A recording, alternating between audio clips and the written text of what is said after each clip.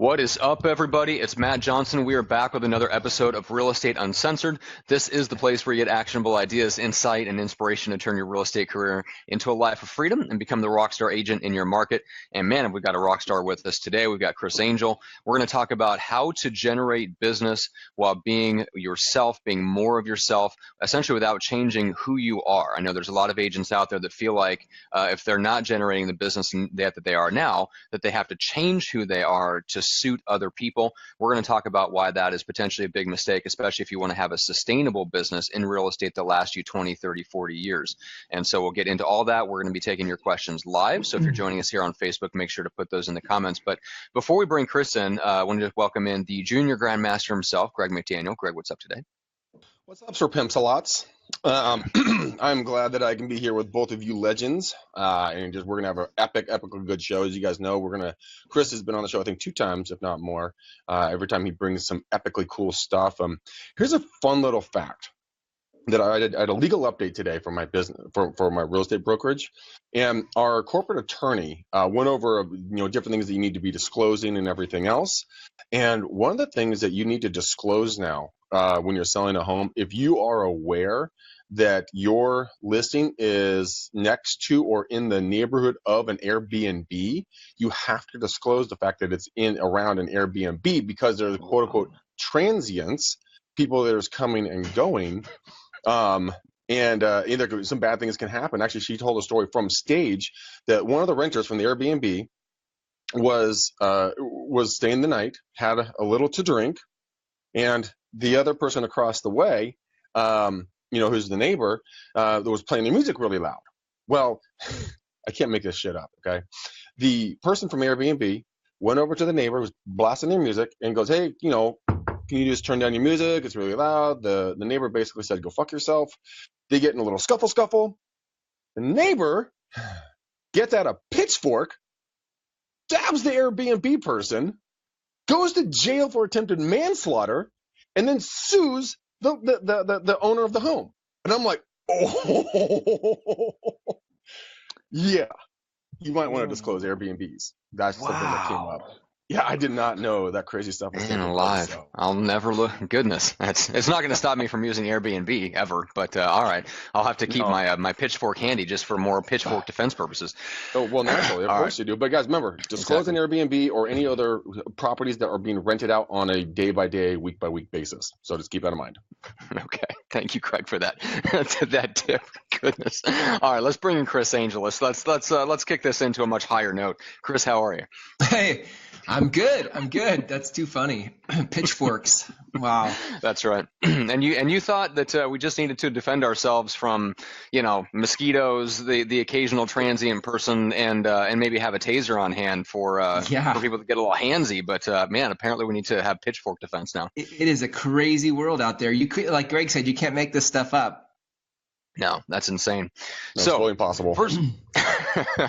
So before we jump into questions and all that good stuff, Chris, is there anything that's been kind of, well, first of all, kind of give people a primer on who you are before we go too deep on anything, just for people that haven't caught your previous episodes. So we kind of know what you're about. Share with the audience a little bit about what you're about. I've been in real estate for 16 years. I was sold real estate for 6.5, was a CEO and team leader for 5, and then started my own consulting company 6 years ago. I've worked with agents who do upwards of 40 to 60 million a year in volume, all the way down to brand new agents who are just getting started. But the common thread through all of that has always been my passion for the individual. I think our industry over time has kind of gravitated towards groupthink, and we all kind of say things like just follow the model and make prospecting calls. And we've somewhere stopped thinking critically about it all, and we just kind of like look like sheep or follow the herd, so to speak. And I think every human being has their own superpower, and when you unlock that, everything about lead generation, everything about business and life gets color, right? Everything gets easier when you play inside your superpower. And I just think as an industry, we've sort of forgotten that. So that's sort of what I'm about. Yeah, that's totally true. We all try to conform, to what someone else is trying to tell you what to do. My girlfriend, she has so many voices talking at her about what she should do. And I keep saying, "Hey, babe, you just need to figure out what you want to do." And she's finally coming around to the fact that she actually is starting to come to that mindset. And I think a lot of people in this business, we're not trying to be rude. We're not trying to, well, the good ones, like the three of us on the show and our reoccurring guests, the people who are not dicks, we're not trying to derail a young agent. We're not trying to get them to fail out. But I think a lot of times people give their opinion, and like an asshole, everybody has an opinion, and sometimes they're stinkier than others. And sometimes the people's information. So I'm not a writer. Matt is. Matt comes to me as a new agent and goes, Greg, you've got to write blogs, man. You got to write, and then read. I'd be like, oh, this is not the business for me. Yeah, right. Yeah.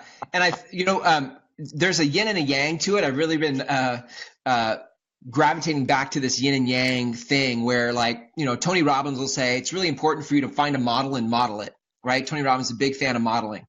So on one hand, modeling is great, but if you pursue modeling and you're like, okay, I found a model, but you completely disregard who you are and your unique strengths, and you don't bring that to the table, then it's a shell. It's never going to feel quite right. It's not going to fit like a glove if all you do is the model and not bring who you are to it.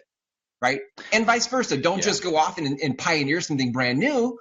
Like, there are people have lived before us. We can stand on the shoulder of giants, but that doesn't mean do it absent of your unique abilities. Yeah, 100%. And that's one of the interesting things about using models, is that you want to be very selective about the models that you use. And so you always want to start with what your strengths are. And that's one of the things I wanted to get into today was some questions that people can ask themselves to get there. But before we get there, I want to explain why, which is models are amazing, except when you're trying to model something that doesn't at all suit your personality and your strengths. Yeah. So the better solution would be to figure out what your strengths are first, because I was talking to a mentor of mine here the other day has been helping us out get our Rockstar Agent Mastermind inner circle kind of group of 5 people kind of get going, and we've been doing the initial calls with them. And one of the things that came out in this conversation was a very interesting point. And he said that you can never raise someone's performance, especially in the short term, by teaching them something new. Short-term performance improvements always come from taking and finding something that they're already doing or have done in the past that has worked for them.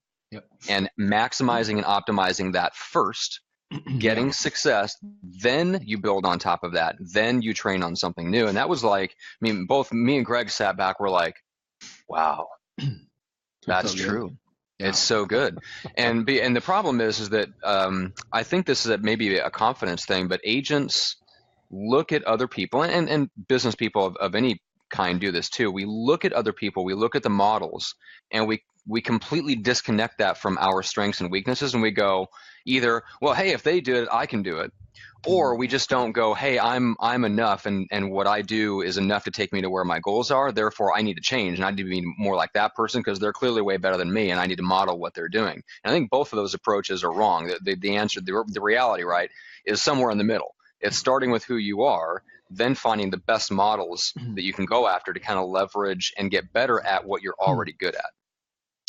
It's really unique. That's a really cool point, because I think a lot of times what we don't notice or pay attention to, like we'll go to a conference, for example, and somebody on a panel on stage will say, oh, I did like these many mailers or whatever strategy they say. And then we're like, oh, I should totally do mailers. And I think what'll happen is so subtle, but what'll happen is we almost never trust ourselves.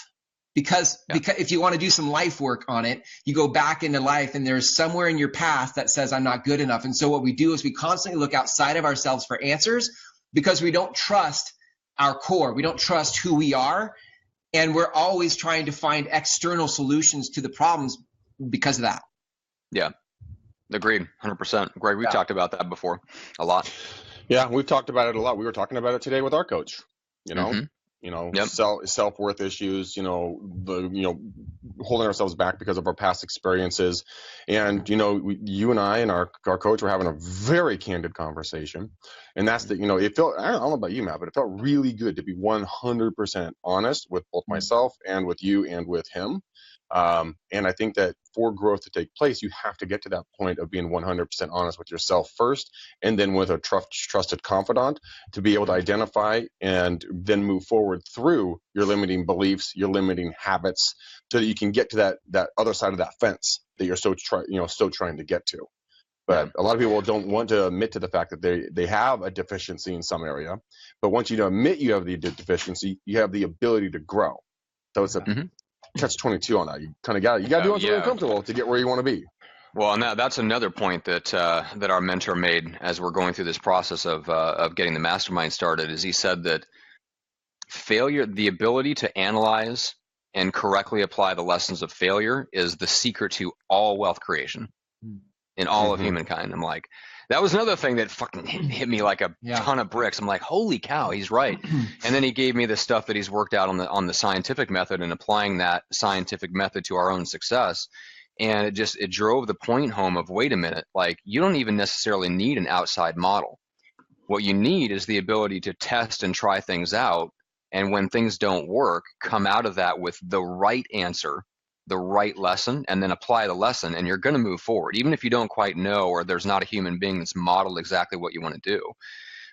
Now, this is one thing I'm curious about, Chris, because there's a great comment talking about strengths and weaknesses. Jessica Church says, agree, my strengths are property management and not necessarily sales. And Chris, I'm sure you run into this with the type of people that you attract into your world.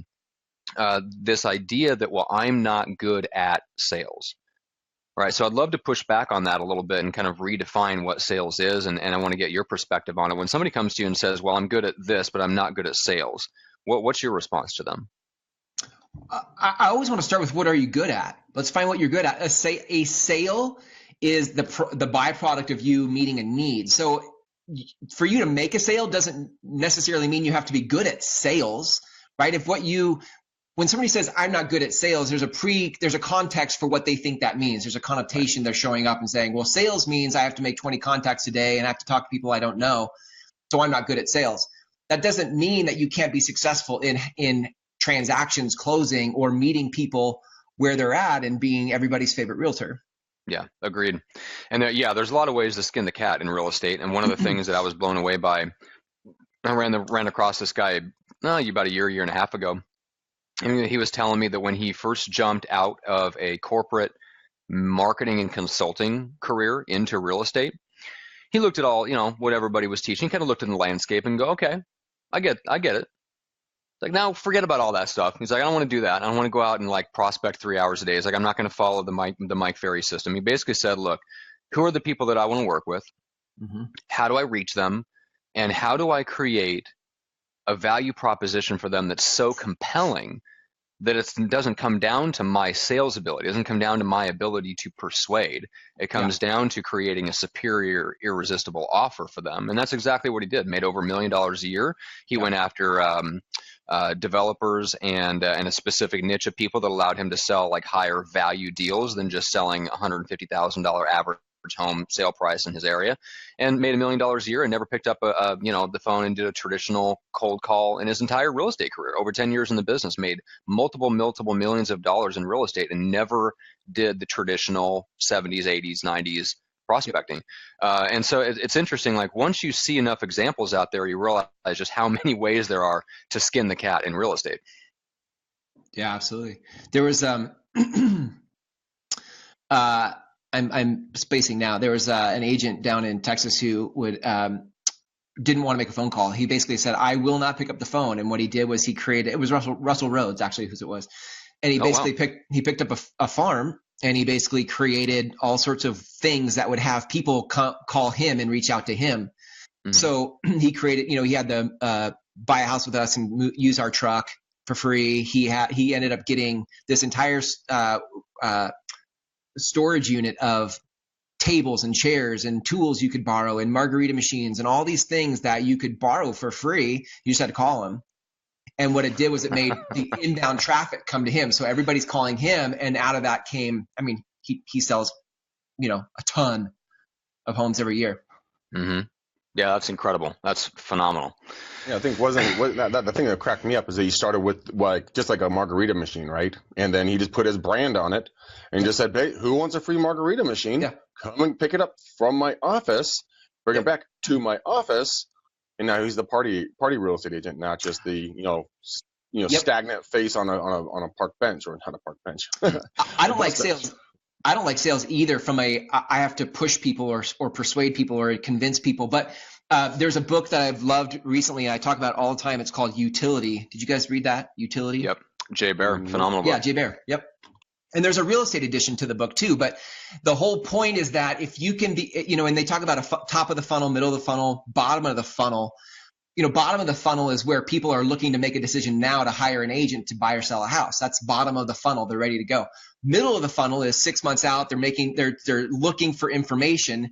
And that's where a lot of agent marketing happens, is at that moment where I'm saying, hey, find out what your house could sell for, or look what I just listed. And what I'm trying to do is find people at the middle of the funnel.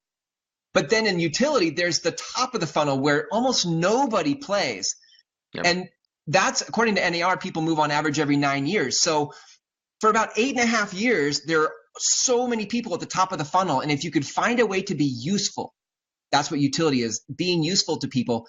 Even if how you be useful has nothing to do with what you sell, right? A margarita machine has nothing to do with selling a house, or it has nothing to do with how good an agent you are, but it is useful if I'm throwing a party and I want to have margaritas. That's right. And Greg often does that. That's all I do. What's that? Greg often desires margaritas, so it's a perfect fit. I have one. Greg, we got to get you one of those, just for the sake of having it around, so that when it's not rented out, you can just always have frozen slushy margaritas. I would come up to visit you at least 20% more if you had a frozen margarita machine. I think you meant 2% more. Matt, Okay, now, if I had cookies on hand, you would come scampering, because free cookies for Johnson is like free alcohol for Greg. I can't say no. On that note, you see agents do this. Maybe not intentionally, but they'll do things like pie giveaways at the holiday season. Like, giving away a pie has nothing to do with selling a house, but we do it because it's a way to stay in touch. But if you could be more intentional more often about how you're being useful to your database, I think your emails would look different. I think your postcards would look different. I think how you market would be so much more useful to people, rather than just always promoting at the middle of the funnel about what you listed and just sold. We were having this discussion earlier today, and Matt and I were lamenting over a certain aspect of the behind the scenes podcast, of some stuff. And our coach goes, well, are you looking at them as a transaction or as a relationship? Mm-hmm. And Matt and I are like, oh shit. Mm-hmm. We've been looking at everything as a transaction instead of being more relationship based. I mean, the guy named, if you guys don't know who he is, his name is Bob Wolf. He is an agent out of, I think, Laguna Niguel. He's down south on the coast. Yeah, Laguna Niguel. Mm-hmm. I know Bob personally. The Grandmaster has been friends with him forever. This guy, his slow is like every other one else's insanity day. This guy is nutsos. He, what he does, guys, he made $1.7 million in the third quarter of this year. Just the third quarter, just 3 months, $1.7 million in GCI. And the reason why he treats everybody relationship based, he makes a list of people every single day that he calls, and he has so many clients, he doesn't even know how many years the people have been in the house. He goes, hey, Matt and Julie, your three obese little wood denting, insulin sucking little babies. It's an anniversary. It's been another year. Want to sell? It's an anniversary. That's slick, yeah. No, he really does. He calls. He has like 19 or 20 people a day that he calls and says, "Hey, it's been another year from the purchase of your home. How's life? What's new?" He makes a list of his top 20 people. He takes them out to a 7-course dinner annually. Right, the people who give him the most referrals. He spends over $20,000 on this meal. Wow. And then he takes his next 20 and he gives them a $125 or $150 flower bouquet. This is for the people who are referring him business.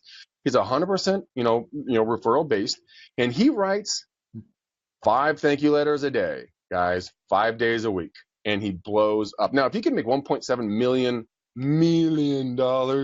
in 1 quarter, that just for you mathematically, problem children, that's 3 months, 90 days. Wow. All right. It's awesome. 1.7 million. Yes, I'm doing the fingers. Just I see that. 3. All right, well, let's take a step back. I always get a kick out of that when you do that. I don't know why. But we got a lot of people watching. Just want to thank everybody who's here watching the live broadcast. We got Robert out of Southeast Michigan. I think we're going to be somewhere close to you in the next coming couple of weeks. We're going to be getting together with Hank Avink in Kalamazoo, which I think is somewhere in Michigan or Minnesota or Ohio or one of those states that's surrounded by a lake or something like that. And then Alyssa's watching us from Atlanta. And then we've got Robert Cox, the hashtag bearded realtor, your bearded realtor. Got a kick out of that. So guys, if you have questions for us as we go along, make sure to put them here in the Facebook comments. If you're listening to this after the fact, you can always private message us or keep an eye out for us live. Make sure that you're subscribed to Greg's personal Facebook profile and that you have live notifications turned on so that you know when we're going live. But there's a couple of great comments and different directions that we can go. But before we do, Chris, let people know kind of how they can reach out and connect and get into your world. Yeah, totally. I mean, you guys can obviously find me on Facebook. Go to facebook.com/the Chris Angell. Or you can go, if you're interested in coaching, you can go to leadsyoulovecoaching.com. That's on the screen there. Those are two great ways to track me down. I love how you got the Chris Angell Facebook. I couldn't get Chris Angell. It was already so. That's right, that bastard. Let's just not be confused. It's the Chris exactly. Angell. It's the. That's right. It's like the Ohio State University. Right. All right. So Jason Northcutt, and this, I think this is something that I'd love to address because you've got a segment of people that take pride in being in sales, and you've got people like you mentioned, Chris, that have a certain idea in their head of what sales is, and they have already, because of their definition, decided that's not me. Right. Yep. So Jason says, everybody know that what you do is in sales. We sell ourselves to others every day. You sold yourself to get a date. If you have kids, you sell the idea of following the rules every day, and the list goes on. And he's right. Objectively, he's right. The problem is that the group of people that have a negative connotation in sales, it's a lot easier for them to just label themselves a different way than it is to redefine the entire way they understand sales. Do you agree with that kind of approach? Yeah, I think I'll see those all the time on Facebook, and I think the people who respond back and say, look, guys, we're all in sales. You just got to accept that we're in sales. That's one camp trying to get the other camp to see it their way. And then there's the other camp who goes, no, you don't understand me. You're not hearing what I'm saying. What I'm saying is I don't really like, we don't need to convince anybody. Like at the end of the day, what happens is buyers and sellers get together and sell a house, and you're going to find your way to do that or not, whether you want to call it sales or not. I don't care about semantics. Mm-hmm. And you don't need to convince anybody about your worldview of sales. That just doesn't move the conversation forward. Yeah. You know? Yeah, exactly. And one of the things that I like to point out, especially on our classes, is the idea of treating everyone like they're under your protection and care, right? So that's the difference between a client and a customer, right? That goes all the way back to Jay Abraham and the strategy of preeminence, which I love. Everybody should go out and buy Jay Abraham's book immediately and read that part, because when you really understand like what you're doing, the sales process, like you mentioned earlier, Chris, it's not a process of persuading someone to do something that's not in their best interest or something they wouldn't do anyway. What it really is, whether you call it sale, whatever you call it, it is a process of taking the responsibility on yourself to get someone the results that they want, that they cannot get on their own without you. Yep. Now, is there persuasion involved in that? Absolutely. There's a lot of things involved in that. Sure. And that doesn't mean that persuasion comes from like a negative place or a negative motivation, or you're doing something that's better for your pocketbook and not for theirs. The bottom line is that the clients that come into us, if they come into our world, they are attracted to us and they want to work with us because they understand, at least at some level, that they couldn't get the result that they want without us. And it's our job to help them, to lead them to get the result that they want. And so, to me, I consider more of what we do as agents and what we do as coaches, consultants, like all this stuff, more as leadership even than sales, although it is true that there is a sales element to everything. Sure. Yeah. I think if you looked at like the DISC profile, which is a huge background thing for me when working with agents, every quadrant of the DISC profile has its own worldview and where it speaks from. Each quadrant has words that it likes to use. Each quadrant has behaviors they like to behave from. right? And a lot of times what happens is in the world, one quadrant tries to convince the other quadrants that their way is right. And then the other quadrants resist and say no. And actually, let's just be straight about it. Like, it's the high D quadrant that really tries to make everybody else think what they think. And then the other three quadrants try to resist what the high Ds say, right? Because Ds are drivers. They just steamroll stuff. I get it. Yeah. I have D in my profile. I have no idea what you're talking about, Chris. I have no idea what you're talking about. Right.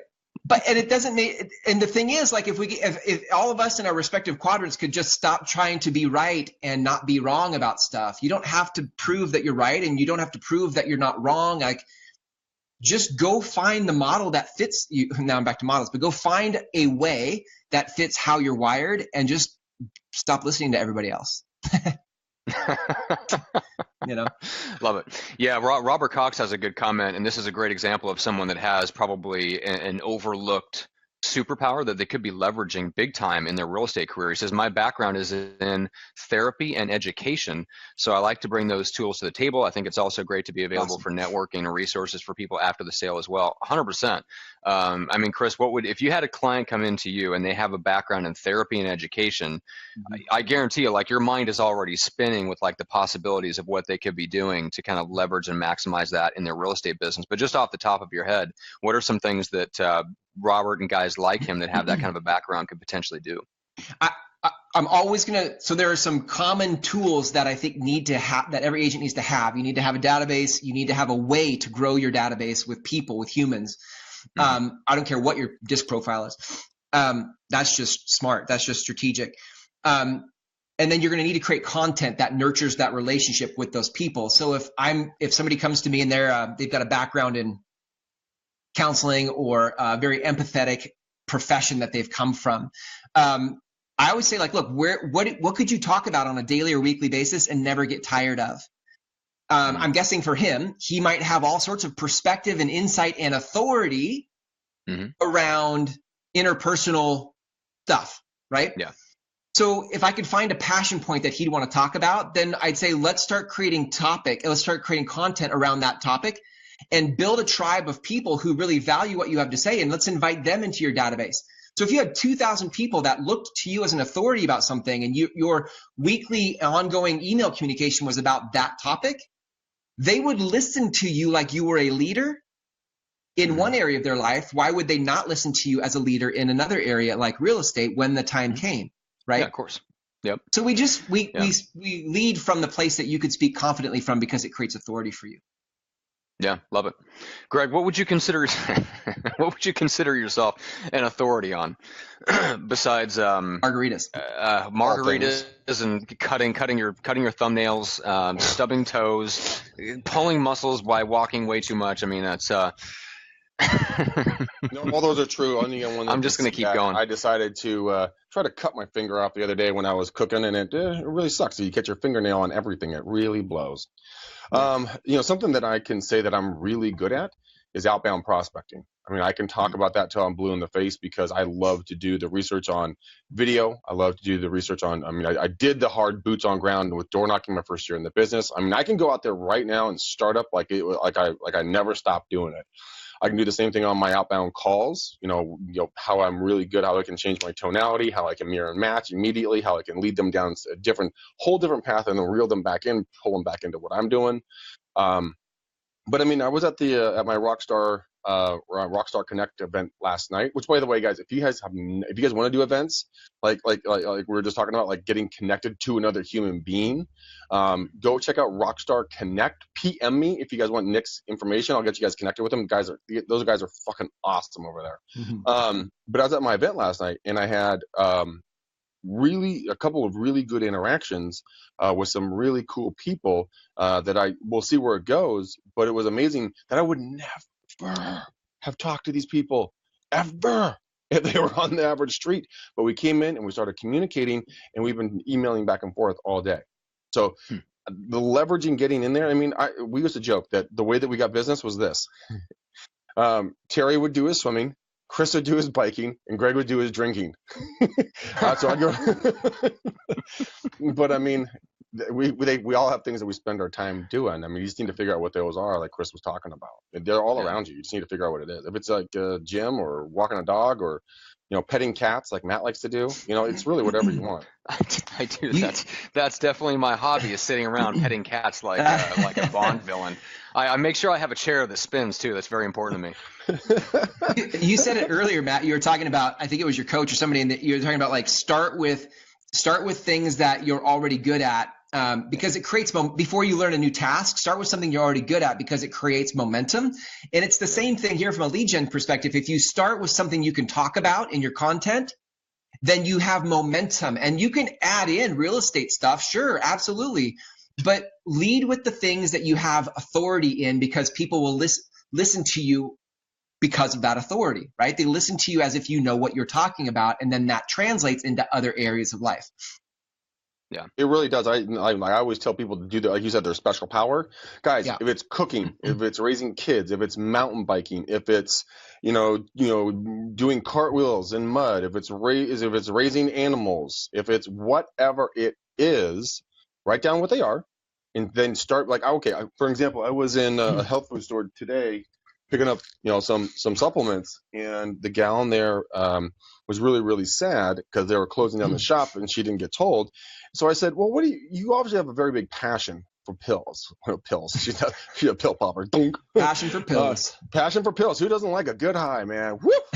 Liver, some vitamins, some fish oil, get you knocked up or knocked out. But you know what? So here it is, what I told her to do. I told her to take that passion, go on Facebook Live, go on Instagram Live, and start doing a series of videos of, like, if you have this type of diet, this type of body, this age, if you have kids, trying to have kids, you don't have kids, male, female, across the spectrum, build a low, medium, and high, package of nutrients that would be good for that human body, because it's not all the same. And she's like, oh my God, this is amazing. She lit up. That was a passion for her. Mm-hmm. So you look into what people really start, the energy gets up there and their eyes light up. That's their superpower. If you're looking for a hint, guys, there's your hint. Yeah, here's another one that I heard here not too long ago, and Greg, help me if I need to attribute it to the right person, but it was the idea that look in the place and start with whatever, what makes you lose track of time. I think that was how they put it. What makes you even forget that there's a clock, right? Too much alcohol. I don't think that we're really looking for engaging in a skill, not. So I feel yeah. So what it is, guys, whatever you do, whatever you daydream about, is something that you can start doing. Yeah, that could be a potential superpower. So it's travel, or if it's fixing clocks, or if it's whatever it is, wherever your mind goes, that's where your subconscious ultimately wants to be, and that could be a superpower you could talk about. If you look at Venn diagrams where the circles overlap, if you look at a couple different contributors, one is your passions. So to your point, like popping pills or cartwheel in mud, passions is one circle. Skills, like strengths, like when you do it, do you feel strong? Maybe you feel so this guy who was, I can't remember what you said, counseling or whatever his background was. If you're really good at listening to people and you're good at empathizing, like start finding some of the skill set that you have and that you feel strong in. Another place to look is where have you produced results before? So sometimes you can look back in your life. Your life is a great clue. There's all sorts of clues in your timeline of life to show you what you've produced a result in before. And a fourth one can be, what are your complaints? What frustrates you? When we sit around a circle and hold hands and sing Kumbaya about what kind of difference we want to make, it's really hard to figure out what difference we want to make. But if I ask you what pisses you off, that's emotionally available. Like that's just right under the surface. And our complaints are one side of a two-sided coin. The other side of a complaint is a commitment. The reason we have a complaint about something is because we wish it were different. In other words, we have a commitment to something different. If you didn't have a complaint, it wouldn't matter. It would roll off your back. But your complaints give you access to your commitments.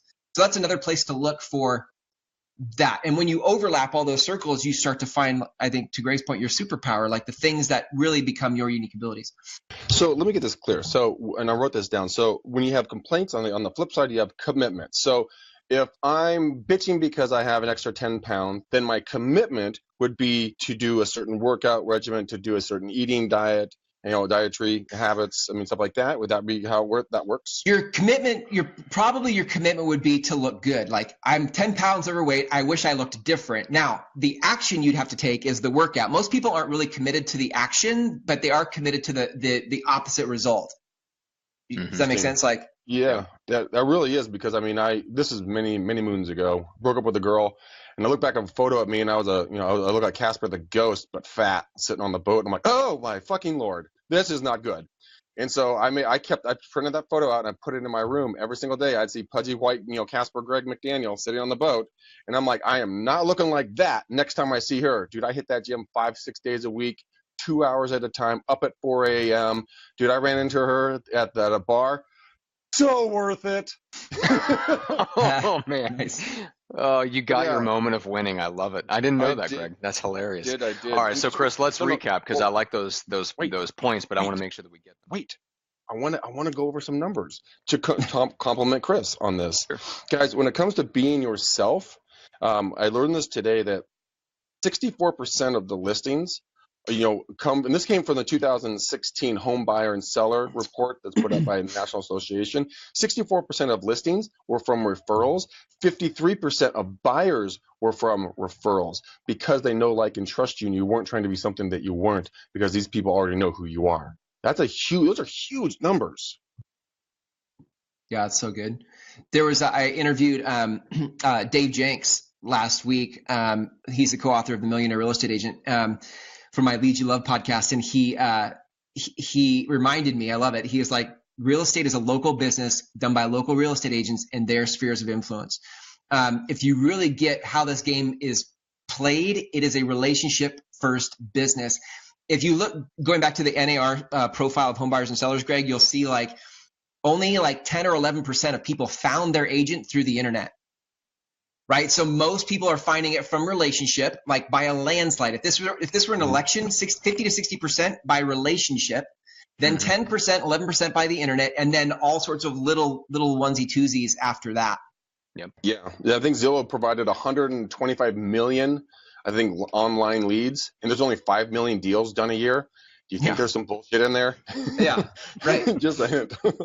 Yeah. But if you go call Bob, or if you be like Bob Wolf, and you go write 5 handwritten letters to somebody, I think that has the possibility of being the secret weapon that everybody's looking for in today's business, because everybody's attached to their phones, their computers, everything's digital. But taking a pen, using your messy ass handwriting, and writing a note personally to somebody, I think has more power than you can possibly know. I want to speak to that too, because I think you look at supply and demand, and we're definitely in an age of over information. We're definitely in an age of lots of information, lots of content. And so if where you're trying to compete is in saying what every other agent is saying, it's going to be really noisy and hard to be actually noticed in that, right? What's in low supply right now? So high supply of information, low demand for information. What's in low supply right now is connection with a real human being. So if you can find ways in your lead generation strategy to actually make a connection, I think as human beings, we're using technology to filter now information. I think we're trying to filter things out of our life using technology, right? We're trying, I can scroll through Facebook and I can unfollow. I'm trying to find the people who say things the way I like them to be said. Mm-hmm. Yep. Yeah, you're filtering out relationships, which is interesting. I always get a kick out of people that lament the loss of local community, right? Which is the idea that you're in like these deep relationships with people just because they happen to be, living 18 feet away from you or whatever the case is. Yeah. But what social media has really done, especially if you do it right and you're not just using it as a way to hide and mimic interaction that isn't real. But if you're using it like you talk about, Chris, we're using it as a filter. Essentially what you're doing is you can use social media at a very high level to screen out the people that you have very, low connection to or really low potential for a deep connection with them. And you can filter out and you can, then start to reach out beyond that to people that you're much more likely to develop a deep, lasting connection with based on mutual hobbies and interests and your superpower and all that good stuff, rather than trying to just build, a community of people where the only thing you have in common is the fact that you live in the same neighborhood or you went to the same high school or whatever the case is. I think that's when social media is used correctly. Yeah. It's more effective for that, and it can be wildly effective when it's used that way. I think the consumer's looking for that. I think the consumer's looking for authentic and real right now. Seth Godin had an email a year or two ago where he quoted J. Conrad Levinson about marketing, which was, marketing comes from generosity, and we need to have marketing that is with and for our people, not to and at them. And I think most agents' marketing is marketing that's to people and at people. We're using Facebook as a billboard and a broadcast mechanism rather than using Facebook as a way to connect with and for our people. Yeah, Man, no, so I completely agree with you on that. It's a lot of the times, people sit back and just, consume the content. It's a sit back content, not sit up content. So not sitting up and actually engaging and giving back, because maybe they have a zit on their nose. Maybe they stubbed their toe. Maybe they're having a bad day. So they're just consuming the content, but they're not. To change that, why aren't you giving something positive out into the universe, giving something positive into your social media, actually just for your fucking family, man. You don't have to go to social media. Just go say hi to your kid instead of walking by them and ignoring them. Do something like that. That could change the world right there, especially to that little guy. And just, it's so different. I mean, why? Yeah, but he's not going to send you a referral deal. What is? Hey, that's actually not true, dude. Lily's son, who's 10 years old, got her a referral from the crossing walk lady because every time where he goes, so you thinking about buying or selling any real estate? The chick's like, no, but my son is. So he could get you a referral. All right. So good. We can finally, kids have value in this world. We can use them as bait, as cute bait magnets for other people to give us referrals. Marketing tools. Oh man. All right. So I wanted to shine a spotlight here on one really good comment, and then I wanted to recap some of the things that we talked about with Chris in terms of finding your superpower. So Jillian Levi says, hello from San Diego again. I don't get to watch these live very often, mostly podcasts while driving. I'm not even in real estate yet, and your advice has helped my current career, which is awesome. So Jillian, just want to thank you, and we appreciate you reaching out and starting to do your homework before you get into the business so that you can hit the ground running. And it's cool to hear that this kind of stuff helps in her current career, whatever that is. But that's definitely a place to look. I actually got another person that's not even in real estate, but is watching our shows and find them hilarious, and it's just good marketing stuff. And a lot of people that are just getting into the business or just like taking their tests, they're watching the show. So you guys are just absolutely knuckles to you guys, amazing for being so proactive instead of just waiting, instead of just getting a phone, getting maybe not even a desk, and then going, okay, ready for the leads. That's let them just rain down upon me. And Chris, I mean, obviously you're not even confining your work, your coaching and consulting isn't limited to real estate. So this is like the things that you talk about and the principles that you share is really stuff that applies to any business, especially any business where you have control over the messaging and who and how you connect with people, right? Yep, absolutely. Yeah, my background's real estate, but recently I've started going into small business, and it's been amazing to hear how well received it is in small business, because the principles are the same. It's like, it's not about selling a house. It's about how we connect with people in our marketing and how do we be valuable and useful to people so that they actually look forward to our communication rather than like filtering us out. We don't want to be the group of people that get filtered out. We want to be the ones they look forward to our communication. Yeah, and exactly. That's across all industries. That's right. So I want to recap real quick. Go ahead, Greg. So if you're actually doing it in reverse right now, if you're waiting for people to come to you, how can you stop that from happening? I mean, is there something you can change a mindset? Is there a book? Is there a technique? How can you stop being you and start being the new version of you? You 2.0 kind of a thing. Maybe I don't understand the question. Okay, so you're just saying to the fact that a lot of folks, maybe I just didn't hear you right. You and Matt were talking about the fact that a lot of people just wait for leads to come to them. Is that correct? Mm-hmm. So you alluded to it in terms of like agents being sat down and given a desk and just kind of magically expecting to know what to do and where to get leads. Obviously, that hasn't worked for most agents because 87% of us fail out of the business in 2 years. So we know that hasn't worked. I think you need to be, you need a long-term strategy and a short-term strategy. I think a lot of agents are stuck in a short-term strategy of buying leads or looking for quick internet leads, and they're not actually building a foundation of relationships in their database. But on the flip side of that, if you just have a long-term strategy, you better have a lot of cushion and cash to fund the gap of transactions, because it's going to take a while for that to kick in. So maybe this is your question, Greg. So if you are one of the people who are waiting for leads to happen while you implement your long-term strategy, do you just sit there and wait for leads? I think you've got to find some hustle in the short term. And I think there's all sorts of ways you can do that. But I believe that short-term leads show up in conversations. I can't even if it were an internet lead, you have to call that person and talk to them. So the more people you're interacting with, the better the chance of you getting some short-term leads. Yeah, no, I completely agree with you. I mean, I am epically horrible at follow-up. I mean, I preach about doing outbounds, but I suck at doing it. So here's the short-term stuff you guys can maybe do. I did some follow-up for my calls that I've done for about a year now. I've had 3 people call me back from the voice messages that I left yesterday, and I talked to 2 people live. One that wants me to come over and talk about helping them buy a house. I talked to Bob. He really is named Bob, who wants me to come over and help him potentially sell his home so he can get a single story. And then I have 2 more voice messages. So the short term is do the outbounds, but also do the follow-up.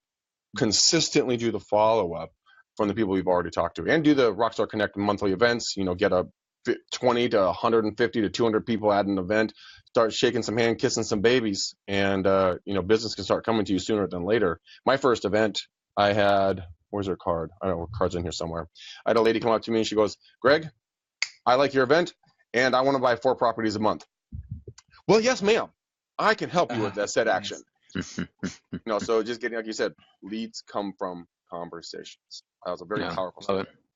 And Jessica has a good question. I'd love to, we don't have much time to delve into this real quick, but I wanted to clarify, Chris, what you meant by short-term and long-term, because this is a good point. So Jessica Church says, isn't your long-term goal broken down into a process of daily, weekly, monthly activities? What defines your short-term goals? And there's absolutely an element of truth to that. But Chris, what you're talking about is having long-term goals in the sense of like having certain things that take a while to pay off, versus having, in addition to that, a short-term strategy of, hey, this is how I get business in the next 90 days. Yeah, and that's how I distinguish it. Different tactics.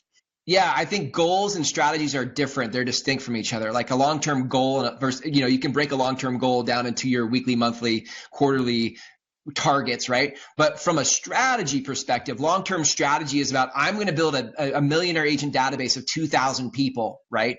Mm-hmm. And that's going to take some time, and there's some mechanics that have to happen for that to implement, and that doesn't happen overnight, and you don't get leads from that tomorrow.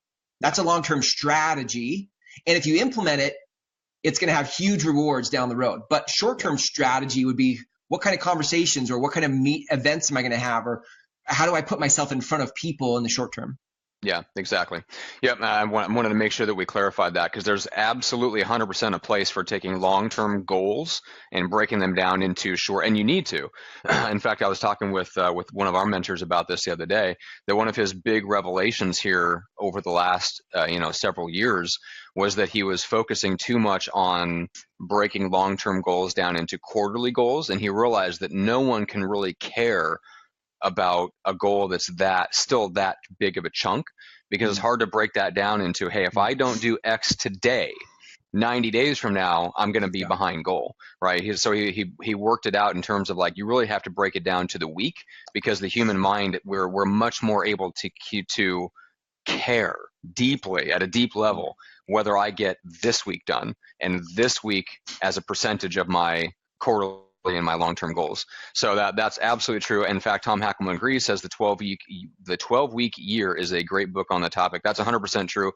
Breaking down long-term goals into 12-week goals and then breaking that down into to weeks. I think the distinction there is like a long-term goal could be, I want to make $1 million, right? Mm-hmm. So that's a what. The goal is the what, but the strategy is the how. How you get to that $1 million could be a lot of different ways. And so that's what we're talking about, like long-term strategy, short-term strategy is how are you going to get to that goal? Yeah, exactly. Yep. All right, guys. So just to quickly recap, so we talked about, in terms of like finding your superpowers, and then some of the elements that you can look at would be, number one, what are your passions? Number two, I love this one, which is, what do you feel strong, right? So I don't know if you want to follow up and rephrase that a little bit, Chris, but in other words, is like, what activity do you feel strong doing?